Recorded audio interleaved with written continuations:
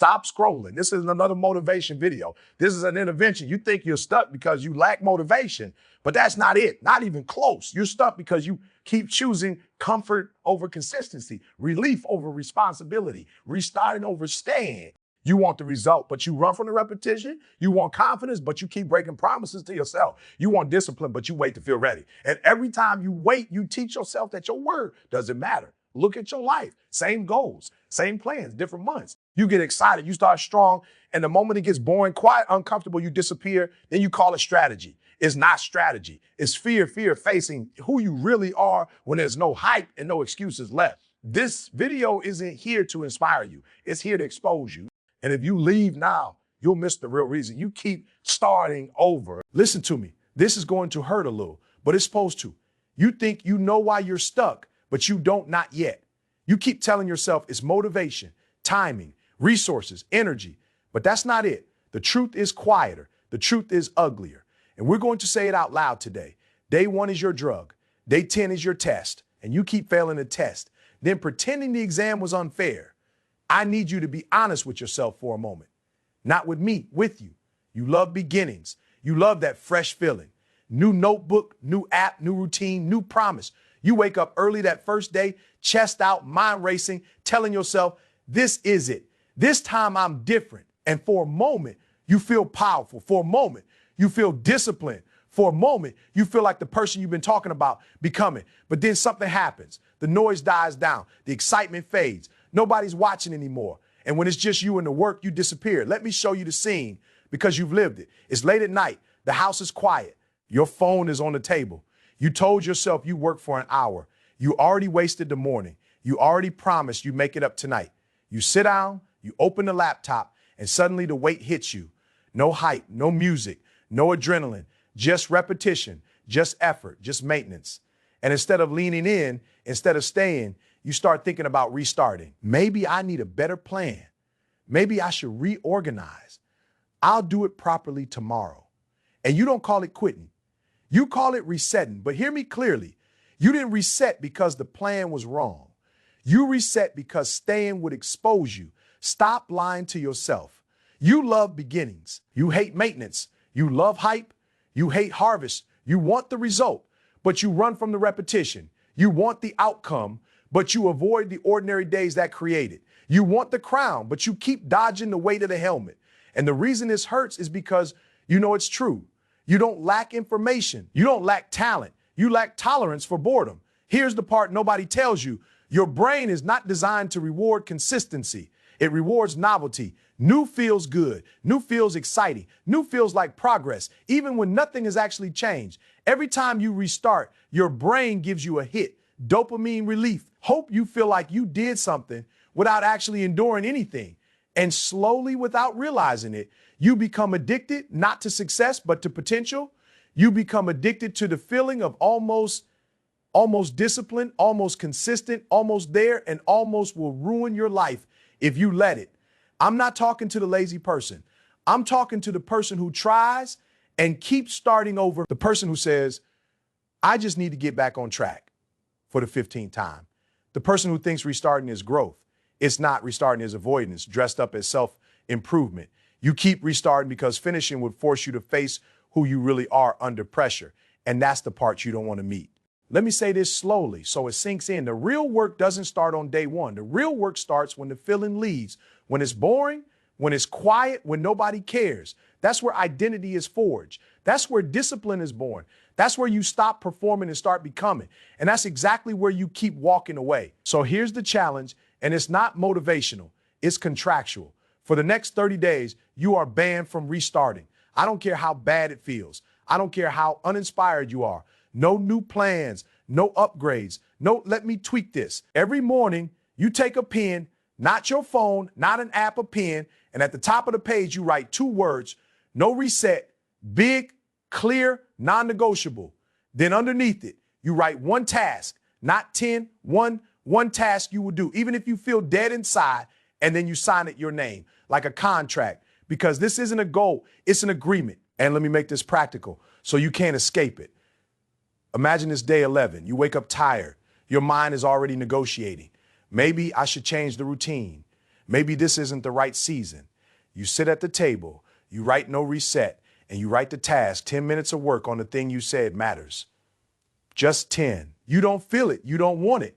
Your body is heavy and you still do it. No hype, no music, no posting about it. You do it because you said you would, and then you stop. That's it. You kept the contract. And something dangerous happens, you start trusting yourself again, because identity doesn't change through emotion. Identity changes through evidence. Every time you stay when it's boring, you cast a vote. Every time you don't restart, you cast a vote. Every time you finish an ordinary day, you cast a vote. And slowly, without fireworks, without applause, you stop being the person who needs excitement to move and start being the person who moves because it's time to move.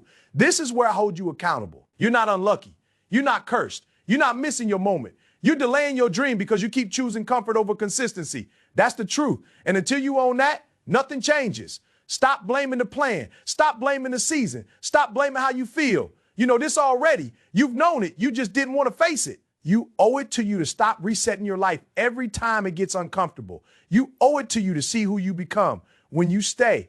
You owe it to you to finish something, even if it's small, even if it's quiet, even if nobody notices, because the version of you that can endure boredom is the version of you that can handle success. And if you can't stay for the process, you're not ready for the prize. So don't wait for Monday. Don't wait for a new month. Don't wait to feel ready. Write no reset today. Pick the one task, sign it, and show up when the feeling is gone. That's how this changes. Not with hype, with honesty, not with motivation, with maintenance. And when you do this long enough, you won't need to restart anymore, because you'll finally be someone worth staying with. You don't restart because the plan is broken. You restart because you don't trust the person running it. And I know that line stings because you've been telling yourself a different story for a long time. You think you're stuck because you haven't found the right method yet, the right routine yet, the right mentor yet. But hear me closely. That's not the truth. Not yet. The truth you've been avoiding is this. You don't believe in yourself enough to stay when it gets hard. So you keep changing the plan to avoid facing the person you've trained yourself to be. Let me pull you into a scene. You know too well. It's early morning or late night. The time you swore would be yours. The time you said you'd finally lock in. The room is quiet. You got the plan open. The steps are clear. There's nothing confusing about what you need to do next. And instead of moving, you hesitate. Your chest tightens. Your mind starts whispering. What if this doesn't work? What if I waste another month? What if I'm not built for this? And instead of answering those questions with action, you escape them with a reset. New plan, new system, new promise. Because starting over feels safer than finding out you might quit again. Stop lying to yourself. You know this already. You don't restart because you're strategic. You restart because you're scared. Scared that if you stay and still fail, there's nowhere left to hide. You want confidence, but you keep running from the one thing that creates it. You want belief, but you avoid the behavior that earns it. You want to feel powerful, but you won't do the small, unsexy actions that build power quietly. Here's the painful truth, and this is where I'm not going to sugarcoat it. You can't lead a dream with a liar's reputation, and you've been lying to you, not with words, but with actions. You tell yourself, I'm disciplined, then disappear when it gets inconvenient. You tell yourself, I'm serious this time, then break the promise the moment nobody's watching. And every time you do that, something inside you erodes. You don't just lose progress, you lose trust, self-trust. And once that's gone, no plan in the world will save you. You want results, but you don't trust yourself to finish. You want growth, but you don't believe your word means anything. You want to feel confident, but you keep proving to yourself that you can't be relied on. That's the internal war you're fighting, not discipline versus laziness. It's belief versus evidence. And right now, the evidence is winning. Here's why this cycle keeps repeating. Your brain is constantly scanning for safety. When you've broken enough promises to yourself, effort starts to feel dangerous because effort requires trust. Trust that you'll stay. Trust that you won't quit halfway. Trust that the pain will be worth it. And since your history tells your brain we don't finish, your mind looks for exits early. It whispers doubt. It magnifies flaws. It convinces you the plan is the problem, when really the problem is you haven't rebuilt credibility with yourself. Confidence isn't a feeling, it's receipts. And right now, your file is empty. So we're not talking about motivation today. We're talking about proof, one proof. That's the tool, one proof per Dalton. Why? Something so small, you can't explain it away. Something so simple, there's no excuse not to do it, because big promises don't rebuild trust. Kept promises do, small ones, consistent ones, boring ones. Let me show you how this actually looks in real life, not in theory. It's another day where you don't feel like it. You're tired, you're annoyed, you're doubting everything again. Instead of planning a whole comeback, you choose one proof. Maybe it's 5 push-ups. Maybe it's 1 page written. Maybe it's 10 minutes on the scale. You keep saying matters. You do it, you write it down, pen on paper, date, task, check mark. No social media, no announcement, just a receipt. And the next day, you do it again and again, and slowly, quietly, something changes. You start believing what you see instead of what you hope. And here's the key. You track it publicly on paper, not in your phone where you can delete it, not in an app where you can pretend, on paper somewhere you can see it, somewhere it stares back at you, because the goal isn't productivity. The goal is rebuilding your reputation with yourself. You're teaching your mind, when I say I'll do something, it gets done. That's how leaders are built. That's how disciplined people are made. Not with intensity, with integrity. This is the accountability moment. And I need you to hear it without flinching. You are not waiting on confidence. Confidence is waiting on you. You're not missing belief. You're avoiding the work that creates it. And as long as you keep changing plans instead of changing behavior, you'll stay stuck in the same cycle, just with different notebooks and new excuses. You want to trust yourself, but you keep betraying yourself. You want to feel strong, but you keep choosing comfort. You want to feel capable, but you keep running from proof. And until that changes, nothing changes. But here's the hope. And this is where I speak to you with empathy, not judgment. You're not broken. You're just undisciplined in one specific area, honoring your own word. And that can be trained. That can be rebuilt.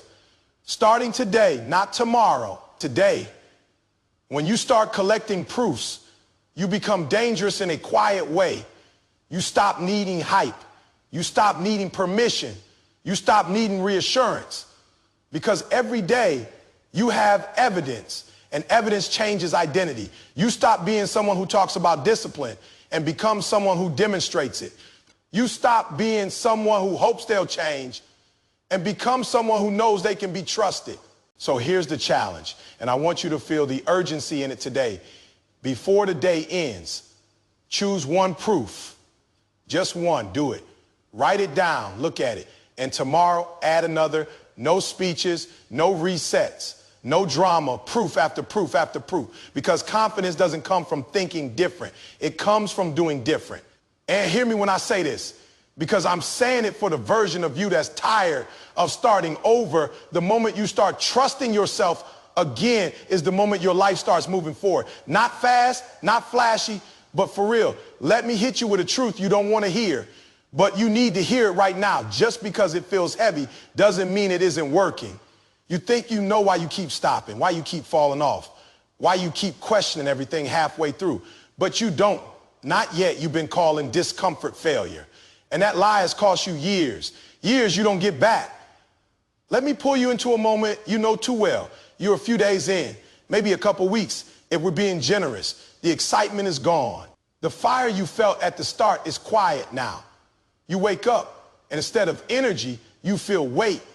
Your body feels slow. Your mind feels foggy. There's no rush, no inspiration, no emotional reward, just work, just repetition. Just the same thing again. And right there, in that moment, you start questioning everything. Is this even working? Maybe I picked the wrong path. If this was right, wouldn't it feel better? And without saying it out loud, you decide this must be failure. Stop lying to yourself. You didn't fail. You got bored. And boredom exposed you. That's the part nobody wants to admit. You don't quit because it's impossible. You quit because it stopped entertaining you. You want growth, but you want it to feel exciting. You want results, but you want the journey to constantly reassure you. You want transformation, but you expect it to come with fireworks. And when it doesn't, you panic. You assume something's wrong. So you back out. Again, Here's the real problem, and I need you to sit with this. You confuse resistance with rejection. You think because it's uncomfortable, it must not be right. You think because it's heavy, it must be wrong. But that heaviness you're running from, that's not failure, that's pressure, that's stretch, that's growth knocking on your door. And every time you turn away from it, you stay the same. Let me explain what's actually happening inside your head, because this isn't about willpower. It's about wiring. Your brain is built to protect you, not to elevate you. The moment something feels unfamiliar, uncertain, or demanding, your mind sounds the alarm. It screams danger. But hear me clearly. It's not danger, it's development. Your brain can't tell the difference at first. All it knows is comfort versus discomfort, familiar versus unfamiliar, easy versus demanding. And because you haven't trained it to endure, it tells you to quit right when the work starts to matter. That's why this pattern keeps repeating. You start strong, you feel good. Then the resistance shows up. And instead of interpreting that resistance as proof you're on the right track, you interpret it as a warning sign. So you stop, you reset, you run, and you tell yourself it was wisdom. It wasn't, it was avoidance. Here's the harsh accountability moment. And I'm saying this with love, but without softness. You are not stuck because it's too hard. You are stuck because you refuse to sit in discomfort long enough to let it change you. Stop blaming the process. Stop blaming the timing. Stop blaming how you feel. You know this already. The moment things get quiet, you get scared. And that fear has been running your life. So let's talk about the tool, because motivation won't save you here. The tool is called the 10-minute hold. And it's simple on purpose, because complexity is how you escape. When your mind says quit, you don't negotiate. You don't analyze. You don't wait for a feeling. You shrink the time, 10 minutes. That's it. No emotion, just motion.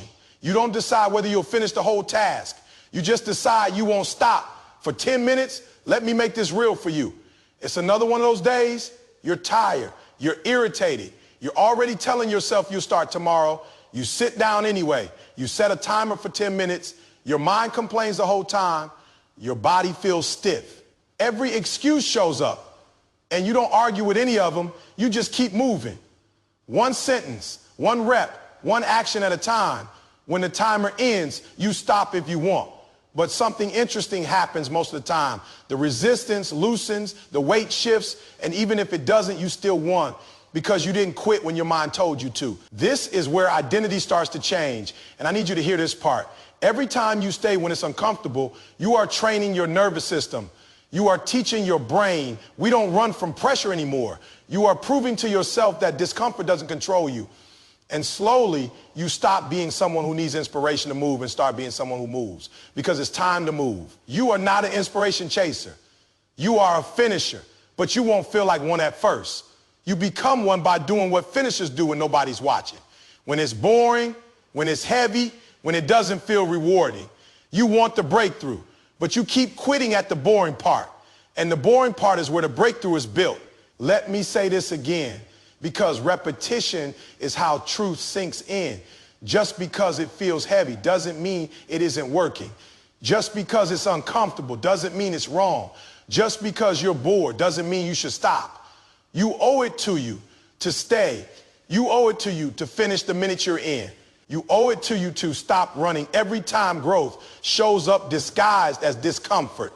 Here's the urgency, and I'm not exaggerating this. You don't have time to keep mislabeling growth as failure. You don't have time to keep restarting every time the feeling fades. Every time you quit at the resistance point, you teach yourself a dangerous lesson. That pressure wins, and whatever pressure beats you today will beat you tomorrow too, just in a different form. So here's the challenge, and it's not dramatic, it's discipline. Today, when you feel like stopping, don't shrink the time 10 minutes, hold the line. No emotion, just motion. Do it today, not tomorrow. Do it when your mind tells you it's pointless. Do it when nobody's clapping. Do it when it feels heavy, because that heaviness is not the enemy. It's the door. And if you can learn to stay in that space, if you can learn to work without the feeling, to move without the mood, to show up without the spark, you won't just make progress. You'll become dangerous. Not loud, Not flashy, dangerous in the quiet way. The kind of person who doesn't stop just because it's uncomfortable. The kind of person who finishes, that's who you're becoming. But only if you stop confusing discomfort with failure and start recognizing it for what it really is. Proof that the work is finally working. Stop waiting on time. Time is waiting on you. And I need you to hear that in a way that shakes you, not comforts you, because you've been hiding behind calendars for too long. You think you know why you're stuck. You think it's because the moment hasn't arrived yet, because Monday isn't here, because the new month hasn't started, because next season will feel different, but you don't know the real reason yet. Not yet. The truth you've been avoiding is this. You're not waiting for the right time. You're waiting for permission to stay the same. Let me bring you into a moment that feels way too familiar. It's late Sunday night. You're scrolling, half tired, half anxious. You're already rehearsing the speech in your head. Tomorrow, I'll lock in. Next week, I'll be disciplined. This month was crazy, but next month will be different. You feel a strange mix of guilt and relief at the same time. Guilt because you know you wasted time. Relief because you just handed responsibility to the future. And for a few seconds, that feels good. It feels like hope. But what it really is escape. Stop lying to yourself. Monday has never saved you. January has never saved you. A new month has never saved you. You know who has to save you? You, and that's the part that scares you, because it means there's nowhere left to hide. Here's the real problem, and I'm going to name it clearly, so you can't dodge it. You keep waiting for time to change. You, instead of raising your standard, you treat dates like miracles. You think a new week will give you discipline. You think a new year will give you focus, but time doesn't change people. Standards do. And as long as your standards stay low, your life stays the same, no matter what the calendar says. You want transformation, but you keep negotiating minimum effort. You want momentum, but you allow 0 days. You want results, but you keep living without rules. And every time you delay action to a future date, you teach yourself a dangerous lesson that today doesn't matter. That lesson is killing your progress. Let me explain what's happening in your mind, because this isn't just laziness. It's psychology. Your brain loves future dates because they reduce guilt without requiring action. When you say, I'll start Monday, your nervous system relaxes.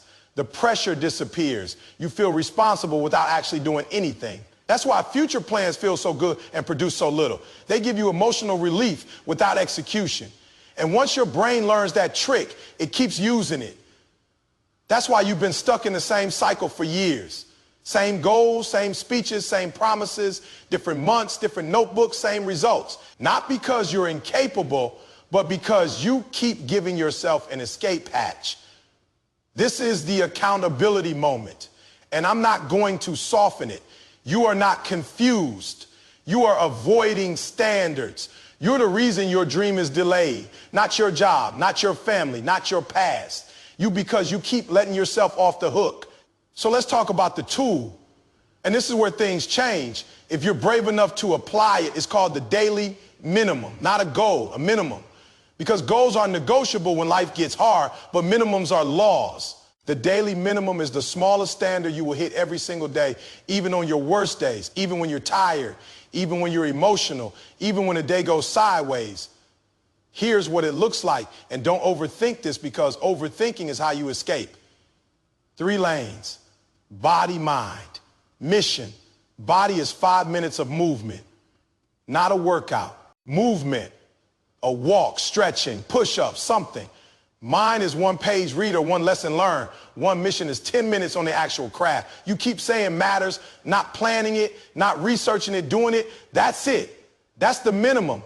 And hear me clearly, even on your worst day, you hit the minimum, especially on your worst day, because 0 is the real enemy. 0 is what destroys momentum. 0 is what trains you to quit. And you've been letting 0 slide way too often. Let me show you how this plays out in real life so you can see yourself in it. It's a long day. Everything went wrong. You're frustrated. You're drained. The old version of you would say, today doesn't count. The new version of you checks the standard. 5 minutes of movement. You pace the room 1 page. You read it even though nothing sticks. 10 minutes on the mission. You sit down, set the timer, and work with 0 excitement. And when the timer ends, you stop. You didn't dominate the day. You didn't feel powerful, but you did something far more important. You respected the standard. and something subtle but powerful happens. You go to bed knowing you didn't quit, knowing today counted, knowing you didn't disappear, and that feeling compounds, not in a week, not in a month, but over time, because standards build identity. This is where I need you to lean in, because this is the shift. When you live by standards, and stop being emotional with your effort. You stop waiting to feel ready. You stop asking permission. You become someone who moves, because that's who you are. You stop being a motivational junkie and become a disciplined adult. You want to feel different, but you keep living loose. You want confidence, but you don't live by rules. You want consistency, but you keep allowing exceptions, and exceptions are why you're stuck. Standards eliminate excuses. Standards don't care how you feel. Standards don't wait for the perfect moment. Standards say, this is who we are, even today. Let me say this twice so it lands. Time will not save you. Time will not save you. If time could fix discipline, your life would already be different. What changes your life is who you are on ordinary days, on hard days, on boring days, when nobody's watching and nothing feels special. You're becoming someone who doesn't wait on motivation. You're becoming someone who doesn't disappear when life gets heavy. You're becoming someone who keeps promises to themselves without drama. That's real power. Quiet power, dangerous power. So here's the final challenge. And I want urgency in your chest when you hear this. Today, not tomorrow. You write your daily minimum, body, mind, mission. You keep it small, you keep it sacred, and you hit it tonight, even if the day is almost over.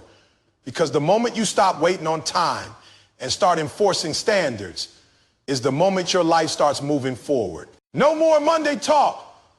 No more next month fantasies. No more hiding behind the calendar. Time is waiting on you. And the question is simple.